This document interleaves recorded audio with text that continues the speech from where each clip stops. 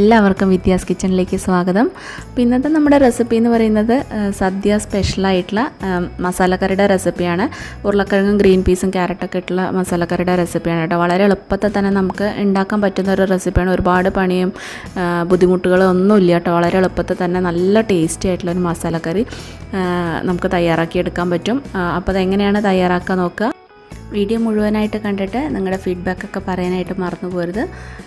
അപ്പോൾ നമുക്ക് റെസിപ്പിയിലോട്ട് പോവാം. അപ്പോൾ ഇതിലേക്ക് വേണ്ട ഇൻഗ്രീഡിയൻസ് ഇതൊക്കെയാണ്.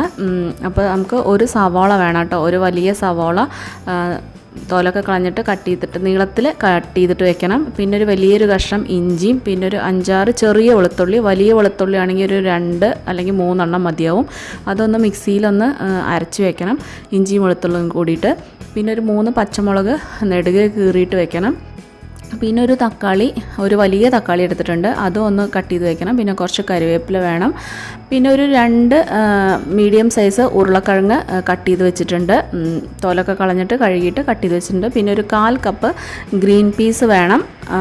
പിന്നെ ഇതിലേക്ക് ഒരു 1/4 കപ്പ് ക്യാരറ്റ്, അതായത് ഒരു 2 മീഡിയം സൈസ് ക്യാരറ്റും കൂടി ഇതിലേക്ക് കട്ട് ചെയ്തിട്ട് എടുത്ത് വെച്ചിട്ടുണ്ട്. നിങ്ങളുടെ കയ്യിൽ കോളിഫ്ലവർ ഉണ്ടെന്നുണ്ടെങ്കിൽ കോളിഫ്ലവറും ഇതിലേക്ക് ഇടാം. അപ്പോൾ എൻ്റെ കയ്യിൽ ഇല്ലാത്തതുകൊണ്ട് ഞാൻ ഇട്ടിട്ടില്ല. അപ്പോൾ ഇത്രയാണ് നമുക്കിതിലേക്ക് വേണ്ട ഇൻഗ്രീഡിയൻസ്. പിന്നെ ഇതിലേക്ക് വേണ്ട പൊടികളുടെ അളവ് എല്ലാം വേണ്ടതൊക്കെ ഞാൻ ഇടുന്ന സമയത്ത് പറയാം.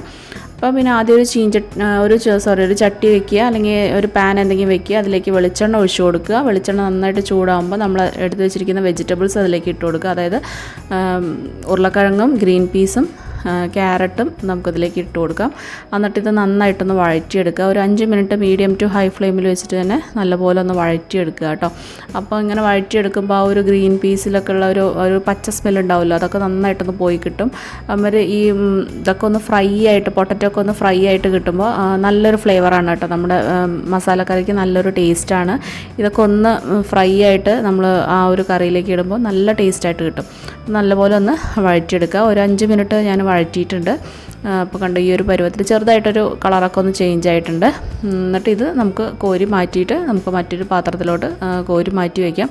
അപ്പോൾ എണ്ണ നന്നായിട്ട് ഊറ്റിയെടുത്തിട്ട് വേണം കേട്ടോ അത് കോരി മാറ്റാനായിട്ട്. ആ എണ്ണയിൽ തന്നെയാണ് നമ്മളിനി ബാക്കിയുള്ളതും കൂടി ചെയ്യാൻ പോണത്. പിന്നീട് നമുക്ക് വേറെ എണ്ണ ഒഴിക്കേണ്ട ആവശ്യമൊന്നുമില്ല. അപ്പോൾ എല്ലാം ഞാനിവിടെ എടുത്തു വെച്ചിട്ടുണ്ട്. ഇനി അതേ എണ്ണയിലോട്ട് നമ്മൾ അരിഞ്ഞു വെച്ചിട്ടുള്ള സവാള, പച്ചമുളക്, പിന്നെ അതുപോലെ ഇഞ്ചി വെളുത്തുള്ളി കറിവേപ്പില, ഇഞ്ചി വെളുത്തുള്ളി പേസ്റ്റ് ആക്കിയത് കേട്ടോ നമ്മളത് എടുത്ത് വെച്ചത്, ഒന്ന് മിക്സിയിലൊന്ന് ചതച്ചെടുത്തത്. ഇതെല്ലാം കൂടി നമുക്കിതിലേക്ക് ഇട്ട് കൊടുത്തിട്ട് ഇതിൻ്റെ എല്ലാം ഒരു പച്ചമണമൊക്കെ വിടുന്ന വരെ നല്ലപോലെ ഒന്ന് വഴറ്റിയെടുക്കുക. ഇഞ്ചിയും വെളുത്തുള്ളിയും അതുപോലെ ആ സവാളയൊക്കെ ഒന്ന് നന്നായിട്ട് ചെറുതായിട്ടൊരു ബ്രൗൺ കളറാവണ വരെ, പച്ചമണമൊക്കെ വിടുന്ന വരെ നല്ലപോലെ ഒന്ന് വഴറ്റിയെടുക്കുക. അപ്പോൾ സവാളയൊക്കെ ഇവിടെ നന്നായിട്ട് ഇപ്പോൾ വഴണ്ടി വന്നിട്ടുണ്ട്. ഇനി നമുക്കിതിലേക്ക് വേണ്ട പൊടികൾ ഇട്ട് കൊടുക്കാം. ഒരു 1.25 ടേബിൾ സ്പൂൺ മല്ലിപ്പൊടി, പിന്നെ 1.25 ടേബിൾ സ്പൂൺ മുളക് പൊടിയുടെ എരിവിനനുസരിച്ച് കൂട്ടുക കുറയ്ക്കുകയോ ചെയ്യുക. പിന്നെ ഒരു 1/4 ടീസ്പൂൺ ഗരം മസാല, പിന്നെ ഒരു 1/2 ടീസ്പൂൺ പെരിഞ്ജീരകത്തിൻ്റെ പൊടി, പിന്നെ ഒരു 1/2 ടീസ്പൂൺ മുഴുവനായിട്ടുള്ള കുരുമുളക് പൊടിച്ചെടുത്തത്, പിന്നെ ഒരു 1/4 ടീസ്പൂൺ മഞ്ഞൾപ്പൊടി.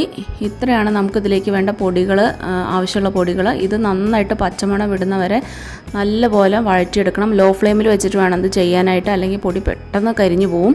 അപ്പോൾ ഈ ഉള്ളിയൊക്കെ ഇങ്ങനെ ഡ്രൈ ആയിട്ട് നല്ലപോലെ പൊടിയൊക്കെ ഇങ്ങനെ ഡ്രൈ ആയിട്ട് വരണം കേട്ടോ.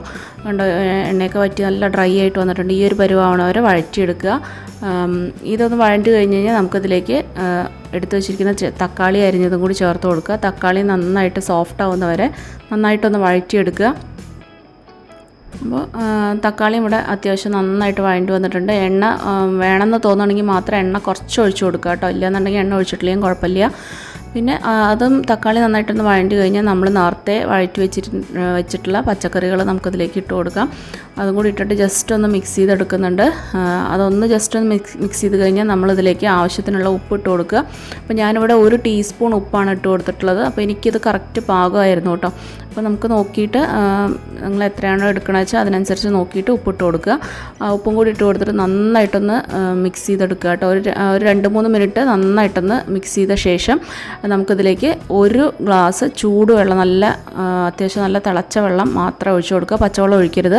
നല്ല ചൂടുവെള്ളം ഒഴിച്ചു കൊടുത്ത ശേഷം നന്നായിട്ടൊന്ന് മിക്സ് ചെയ്തിട്ട് നമുക്കത് അടച്ചു വെച്ചിട്ട് ഒരു 10 മിനിറ്റ് നമുക്ക് വേവിച്ചെടുക്കാം. അപ്പോൾ ഞാനിവിടെ അടച്ചു വയ്ക്കുന്നുണ്ട്. നല്ല തിള വന്നു കഴിഞ്ഞാൽ നന്നായിട്ട് അടച്ചു വയ്ക്കുക. എന്നിട്ട് ഒരു 10 മിനിറ്റ് നമുക്ക് വേവിച്ചെടുക്കാം. ഇടയ്ക്കൊന്ന് തുറന്ന് നോക്കിയിട്ട് ഒന്ന് ഇളക്കി കൊടുക്കേണ്ടി വരും. ഒരു 10 മിനിറ്റ് കഴിഞ്ഞിട്ടുണ്ട്. നമ്മുടെ പച്ചക്കറികളൊക്കെ അത്യാവശ്യം നല്ലപോലെ വെന്ത് കിട്ടിയിട്ടുണ്ട്. അപ്പോൾ വെന്തിട്ടില്ല എന്നുണ്ടെങ്കിൽ കുറച്ച് നേരം കൂടി ഒന്ന് അടച്ചു വെച്ച് കൊടുക്കേണ്ടി വരും കേട്ടോ. ഇപ്പോൾ എനിക്ക് കറക്റ്റ് പാകത്തിന് വെന്ത് കിട്ടിയിട്ടുണ്ട്. ഒരുപാട് ഇങ്ങനെ ഒരുപാട് കുഴഞ്ഞ പരുവത്തിലാവരുത്. അത്യാവശ്യം നന്നായി വെന്തിട്ടുണ്ടാവണം കേട്ടോ. അപ്പം ഉരുളക്കിഴങ്ങ് എടുത്തിട്ട് ജസ്റ്റ് ഒന്ന് കട്ട് ചെയ്ത് നോക്കുക വെന്തിട്ടില്ലേ എന്നുള്ളത്. അപ്പോൾ എനിക്ക് പാകത്തിന് വെന്തിട്ടുണ്ടായിരുന്നു. ഈ ഒരു പരുവാണ് കേട്ടോ ആവേണ്ടത്. ഇനി നമുക്ക് നന്നായിട്ടൊന്ന് മിക്സ് ചെയ്ത് വെള്ളമൊക്കെ കംപ്ലീറ്റ് ആയിട്ട് വറ്റിച്ചെടുക്കണം. ഒട്ടും വെള്ളം ഉണ്ടാവാൻ പാടില്ല കേട്ടോ. അപ്പോൾ നമുക്ക് കഷ്ണമായിട്ട് വേണമെന്നുണ്ടെങ്കിൽ ഈ ഒരു പരുവത്തിൽ തന്നെ കഴിക്കാം. അപ്പോൾ കുറച്ചൊന്ന് ഉടഞ്ഞ പോലെ ഉണ്ടാവണം. ഒരുപാട് കുഴയുകയും ചെയ്യരുത്, എന്നാൽ കുറച്ചൊന്ന് ഉടഞ്ഞിട്ടുണ്ടാവണം. അപ്പോൾ ഞാനൊരു മാഷർ വെച്ചിട്ട് ഒന്ന് മാഷ് ചെയ്തെടുക്കുന്നുള്ളൂ. ജസ്റ്റ് ഒന്ന് മാഷ് ചെയ്തെടുക്കുന്നേ ഉള്ളൂ. ഒന്ന് ഉടച്ച് കൊടുക്കുന്നേ ഉള്ളൂ കേട്ടോ. അങ്ങനെ ഒരുപാട് ഇങ്ങനെ കുഴഞ്ഞ പരുവത്തിൽ ഞാൻ ആക്കി കൊടുക്കുന്നില്ല. അപ്പോൾ നമുക്ക് കാണുമ്പോൾ തന്നെ അറിയാം, ചെറുതായിട്ടൊന്ന് ജസ്റ്റ് ഒന്ന് ഉടച്ച് കൊടുക്കുന്നുണ്ട്. അപ്പോൾ അങ്ങനെ കഴിക്കുമ്പോഴാണ് കേട്ടോ ഇതിനൊരു ടേസ്റ്റ് ആയിട്ടുണ്ടാവുക. അല്ലാണ്ട് അങ്ങനെ കഷ്ണമായിട്ട് കഴിക്കുമ്പോൾ എനിക്ക് എന്തോ അത്ര ഇഷ്ടപ്പെടാറില്ല. അപ്പോൾ ഇതുപോലെയാണ് ഞാൻ ചെയ്യാറുള്ളത്.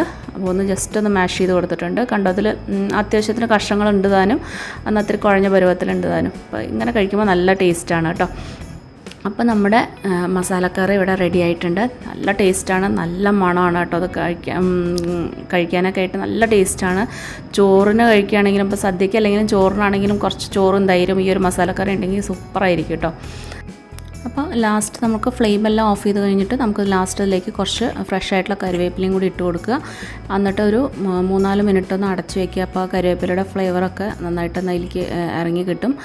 അതിനുശേഷം നമുക്കത് സെർവ് ചെയ്യാം കേട്ടോ. അപ്പോൾ തീർച്ചയായിട്ടും ഇതുവരെ നിങ്ങൾ ഉണ്ടാക്കി നോക്കാത്തവരാണെന്നുണ്ടെങ്കിൽ ഈ ഒരു മസാലക്കറി തീർച്ചയായിട്ടും ഉണ്ടാക്കി നോക്കേണ്ട ഒരു റെസിപ്പിയാണ്. നല്ല ടേസ്റ്റാണ്, വളരെ എളുപ്പമാണ് ഉണ്ടാക്കിയെടുക്കാനായിട്ട്. ഒട്ടും ബുദ്ധിമുട്ടില്ലാത്ത ഒരു റെസിപ്പിയാണ്. തീർച്ചയായിട്ടും ഉണ്ടാക്കാത്തവർ ഈ ഒരു ഓണത്തിന് ട്രൈ ചെയ്ത് നോക്കുക. ട്രൈ നോക്കിയിട്ട് നിങ്ങളുടെ ഫീഡ്ബാക്കൊക്കെ ഒന്ന് പറയൂ, കമൻസ് ആയിട്ടൊക്കെ ഒന്ന് അറിയിക്കൂ. ചാനൽ ഇഷ്ടപ്പെടുകയാണെങ്കിൽ ലൈക്കും ഷെയറും സബ്സ്ക്രൈബും ചെയ്യാനായിട്ട് മറന്നു പോരുത്. അപ്പോൾ അടുത്ത നല്ലൊരു റെസിപ്പിയായിട്ട് നമുക്ക് വീണ്ടും കാണാം. Take care, by.